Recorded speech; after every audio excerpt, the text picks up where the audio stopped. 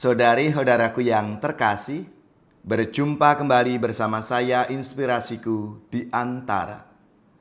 Renungan harian Rabu 12 Agustus, Pekan Biasa ke-19.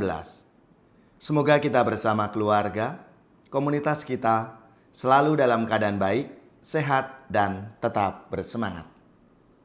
Marilah kita mengawali renungan kita dengan tanda kemenangan Kristus. Dalam nama Bapa dan Putra dan Roh Kudus. Amin. Allah Bapa yang Maha Baik, Engkau telah mengutus Yesus Sang Musa baru untuk membimbing kami di jalan keselamatan. Mampukanlah kami untuk selalu setia mengikutimu dengan semakin tekun mendengarkan sabdamu serta melaksanakan kehendak-Mu. Dengan pengantaraan Yesus Kristus Putra-Mu Tuhan kami, yang bersama dengan Dikau dalam persatuan Roh Kudus, hidup dan berkuasa Allah sepanjang segala masa. Amin. Dalam nama Bapa dan Putra dan Roh Kudus. Amin. Inspirasi kita hari ini dari Injil Suci menurut Matius bab 18 ayat 15 sampai 20. Marilah kita bersama-sama kita siapkan kitab suci kita. Kita akan membaca bersama-sama. Sekali peristiwa, Yesus bersabda kepada murid-muridnya, "Apabila saudaramu berbuat dosa, tegurlah dia di bawah 4 mata. Jika ia mendengarkan nasihatmu, engkau telah mendapatkannya kembali. Jika ia tidak mendengarkan dikau, bawalah seorang atau 2 orang lain, supaya atas keterangan 2 atau 3 orang saksi, perkara itu tidak disangsikan. Jika ia tidak mau mendengarkan mereka, sampaikanlah soalnya kepada jemaat. Dan jika ia tidak mau juga mendengarkan jemaat, pandanglah dia sebagai orang yang tidak mengenal Allah atau seorang pemungut cukai. Aku berkata kepadamu, sungguh, apa yang kalian ikat di dunia ini akan terikat di surga, dan apa yang kalian lepaskan di dunia ini akan terlepas di surga. Dan lagi aku berkata kepadamu, jika 2 orang di antara kamu di dunia ini meminta apapun, permintaan mereka itu akan dikabulkan oleh Bapa-Ku yang di surga. Sebab di mana ada 2 atau 3 orang berkumpul demi nama-Ku, Aku hadir di tengah-tengah mereka." Demikianlah sabda Tuhan. Terpujilah Kristus.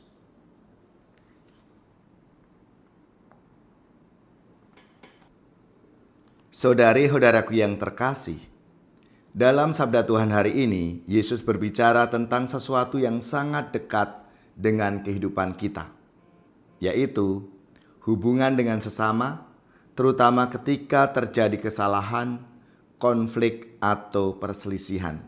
Yesus berkata, "Jika saudaramu berbuat dosa, tegurlah dia di bawah 4 mata."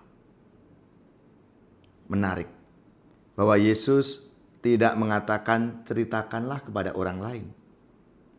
Yesus juga tidak mengatakan jauhi dia, apalagi balaslah kesalahannya.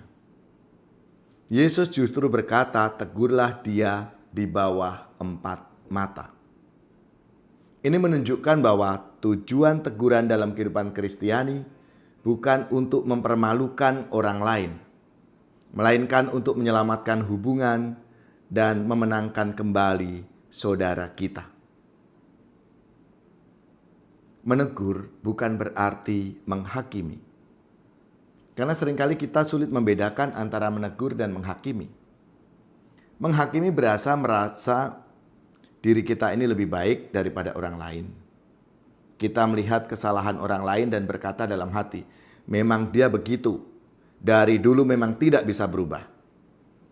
Tetapi menegur menurut Yesus punya tujuan yang berbeda. Kita menegur karena kita masih peduli. Ada perbedaan besar antara mengatakan kamu memang salah dan selalu begitu, dengan mengatakan saya merasa sedih dengan apa yang terjadi.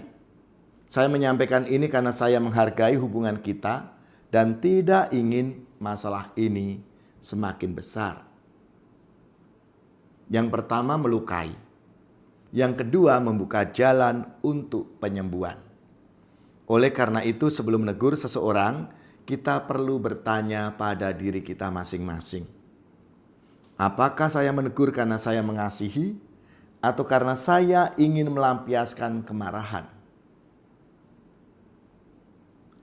Lalu jangan membicarakan orang sebelum berbicara dengan orangnya. Salah satu persoalan dalam kehidupan kita itu adalah kecenderungan untuk membicarakan kesalahan seseorang kepada orang lain sebelum berbicara langsung dengan yang bersangkutan. Kadang masalah kecil menjadi besar bukan karena kesalahannya, tapi karena terlalu banyak orang yang terlibat dalam pembicaraan. Yesus mengajarkan langkah yang sangat sederhana. Datanglah terlebih dahulu kepada orangnya. Berbicara empat mata membutuhkan kerendahan hati. Kita harus berani mendengarkan, bukan hanya berbicara.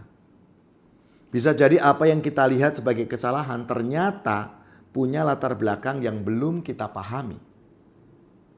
Karena itu, komunikasi yang baik bukan hanya berkata-kata, tapi juga mau mendengarkan. Maka rekonsiliasi membutuhkan keberanian. Mengampuni dan berdamai tidak selalu mudah. Ada luka yang membutuhkan waktu. Ada kata-kata yang sulit dilupakan. Ada hubungan yang pernah rusak dan membutuhkan proses panjang untuk dipulihkan. Namun Yesus mengajak kita untuk tidak mudah menyerah terhadap persaudaraan. Dalam keluarga, komunitas, lingkungan gereja, tempat kerja, maupun dalam pelayanan. Perbedaan pasti ada. Kita tidak mungkin selalu sepakat dengan semua orang. Tetapi perbedaan tidak harus menjadi alasan bagi kita untuk bermusuhan. Kadang-kadang kita terlalu mempertahankan ego kita. Saya yang benar, dia yang harus minta maaf. Kalau dia tidak datang, saya juga tidak akan datang. Yesus mengajak kita keluar dari sikap seperti itu. Menjadi murid Kristus berarti berani mengambil langkah pertama menuju perdamaian. Pada bagian akhir sabda Tuhan, dikatakan, di mana ada 2 atau 3 orang berkumpul dalam namaku, di situ aku ada di tengah-tengah mereka. Ayat ini sering kita dengar dalam berbagai kesempatan. Tapi dalam konteks sabda Tuhan hari ini, perkataan itu sangat indah. Yesus hadir ketika orang-orang berusaha membangun kembali persaudaraan. Ketika suami istri berusaha berdamai, Yesus hadir. Ketika orang tua dan anak saling memaafkan, Yesus hadir di sana. Ketika 2 umat berselisih berusaha berbicara dengan hati terbuka, Yesus hadir. Ketika dalam komunitas kita memilih persatuan daripada ego, Yesus hadir di tengah-tengah kita. Jadi, menghadirkan Yesus bukan hanya dengan berdoa bersama, tapi juga membangun kasih, pengampunan, dan persaudaraan. Saudari-saudaraku yang terkasih, hari ini Yesus mengingatkan kita bahwa setiap komunitas, bahkan komunitas yang sangat baik sekalipun, pasti mengalami konflik dan perbedaan. Yang penting bukan apakah kita pernah berselisih atau tidak. Yang penting adalah bagaimana kita menghadapi perselisihan itu. Jangan membalas kesalahan dengan kesalahan. Jangan menyebarkan kelemahan orang lain. Jangan membiarkan luka menjadi kebencian. Mari belajar dari Yesus. Berani berbicara dengan kasih, berani mendengarkan, berani meminta maaf, dan berani mengampuni. Mungkin hari ini ada seseorang yang perlu kita datangi. Mungkin ada hubungan yang perlu kita perbaiki. Mungkin ada kata maaf yang sudah lama kita tahan. Jangan menunggu orang lain memulai. Jadilah orang yang mengambil langkah pertama. Sebab ketika kita memilih untuk berdamai, kita bukan hanya menyelesaikan sebuah masalah. Kita sedang menghadirkan Kristus di tengah-tengah kita.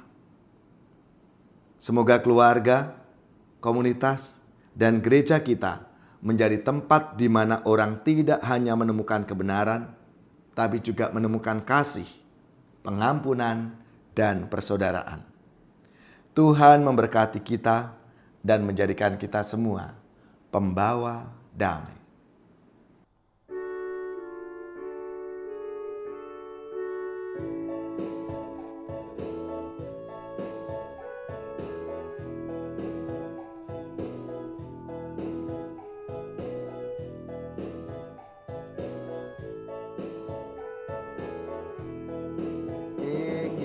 Kami sesaji sembah